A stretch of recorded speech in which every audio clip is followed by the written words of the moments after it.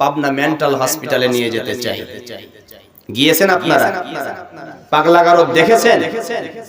ওইখানে আহারে কত সুন্দর সুন্দর মানুষ, কিন্তু মানুষগুলার সব ঠিক আছে, হাত পা চোখ নাক কান সব কিছু ঠিক আছে, এবং চেহারা সুরত এত সুন্দর। আমি একদিন গিয়েছিলাম পাবনা মেন্টাল হসপিটালে, সুদর্শন একটি যুবক, আহারে আমি ওই যুবকটাকে দেখে অত্যন্ত আফসোস করেছি। এত সুন্দর চেহারা পুরুষ মানুষ, যুবক ছেলে আমি দেখি না ইতিপূর্বে। সুবহানাল্লাহ পড়েন। আমি যখন মেন্টাল হসপিটালে ঘুরছিলাম,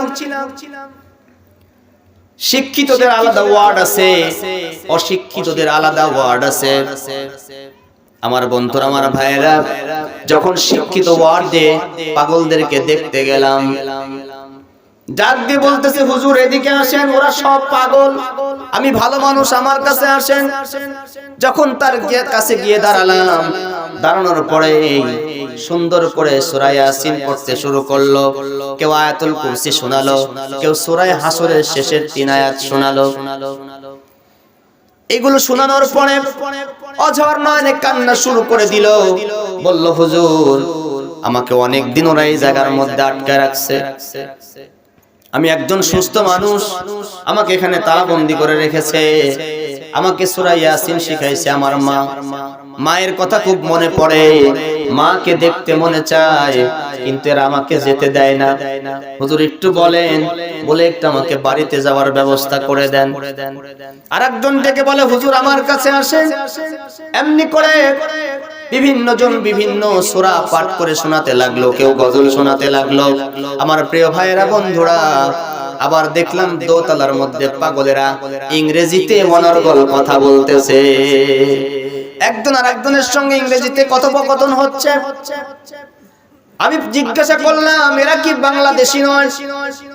ওরা আবার ইংলিশ ছেড়ে দিয়ে বলল, হ্যাঁ অবশ্যই আমরা বাংলাদেশী। মানে তাদের মেন্টালি যে সমস্যা, এটা কখনো ছেড়ে দিচ্ছে, আবার কখনো মেন্টালি আচরণ করতেছে।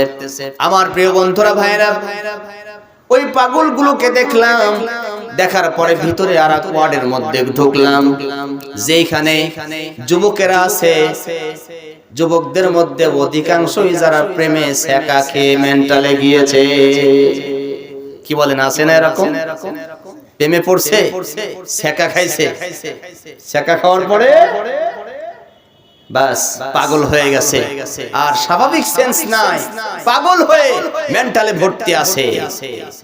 আমি ওই সুদর্শন যুবকটাকে দেখলাম, লক্ষ্য করে দেখলাম অপলক নয়নে এভাবে তাকিয়ে আছে, খুঁটির সঙ্গে হেলনা দিয়ে এভাবে দাঁড়িয়ে আছে, দাঁড়িয়ে অপলক নয়নে তাকিয়ে আছে, যেন কারো অপেক্ষায় অপেক্ষমান।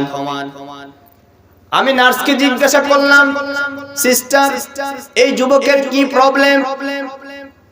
উনি বললেন, হুজুর আপনারা এটার কি বুঝবেন? হুজুররা তো কিছু বোঝে না। কি বলেন, তাই না? কি বলেন, বোঝে?